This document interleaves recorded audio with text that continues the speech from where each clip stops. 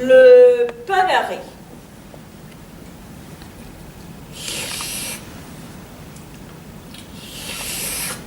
Hugues-Jean. Oui, ma chère. Hugues-Jean, quand vous dites que ce pauvre Constant a un Panari mal placé, j'ai du mal à comprendre. Qu'y a-t-il à comprendre, Luciane? Il a un Panari mal placé, un point, c'est tout. Mais comment peut-on avoir un Panari mal placé, Hugues-Jean? Oh, je l'ignore, Luciane. Probablement, comme on peut avoir une oreille mal placée ou une narine mal placée. Non. Bon, alors, une voiture mal placée, ça vous va? Hugues-Jean, je comprends parfaitement qu'une voiture puisse être mal placée. Par exemple, devant une porte cochère, mais un Panari, c'est impossible. Ah bon? C'est nouveau, ça. Mais non, c'est très vieux. Ça date de l'apparition du Panari. Vous voulez me faire avaler que le Panari est né bien placé?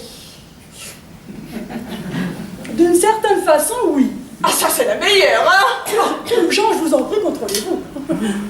Luciane, vous me jetez tout des contre l'asperge et la poire. Une histoire des Panaris à dormir debout, et vous voudriez que je reste morne. C'est mal me connaître.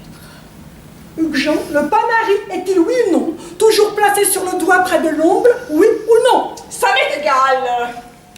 Par moments, je me demande si je rêve. Mon propre époux refuse de sauter l'obstacle de l'évidence. Et où voulez-vous qu'il soit, le Panari? Où? Sur le mollet? Dans les cheveux? Sous la langue?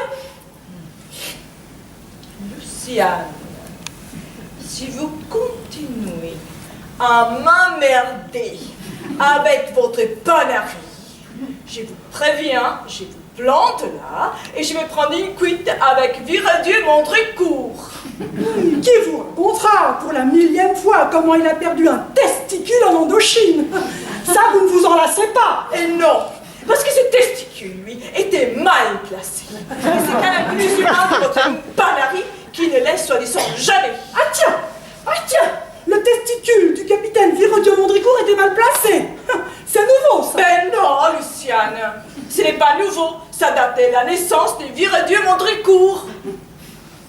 Et je peux savoir où était ce fameux testicule mal placé? Là. Où là? Là, sur l'index. Vous plaisantez? Non, monsieur. Un homme ne plaisante jamais avec ces choses-là. Il paraît qu'il était magnifique. Quand il saluait ses hommes, la vue de la virilité de leur chef cognant sur son képi leur donnait force et courage. Il se sentait invincible.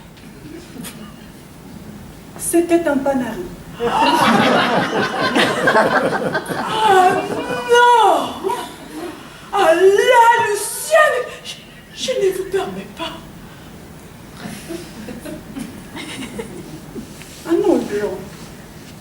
Non, ça vous ne me le ferez pas gober. Au bout du doigt, ce n'est pas un testicule, c'est un Panari. Mais Luciane, vous insultez l'armée française. Ah non, mon feu père était général, je vous le rappelle. Je m'en souviens parfaitement, Luciane. Vous avez oublié que je vous ai aimé parce que vous aviez son menton. Oh. Bien, je vous le dis tout net, Hugues-Jean. Mon père aurait ri. Et je dis bien ri.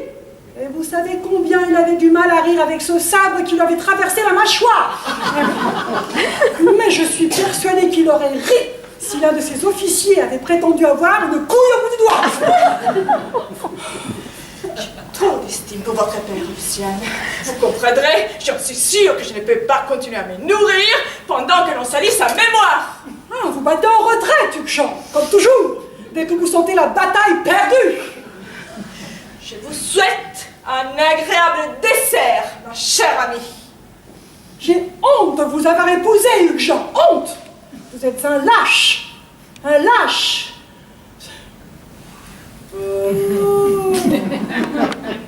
C'est ma faute. Les hommes ont horreur que l'on tienne tête avec cette histoire de Panari. Je le sais, ils me quittent tous pour la même raison. Mais je ne peux pas m'en empêcher.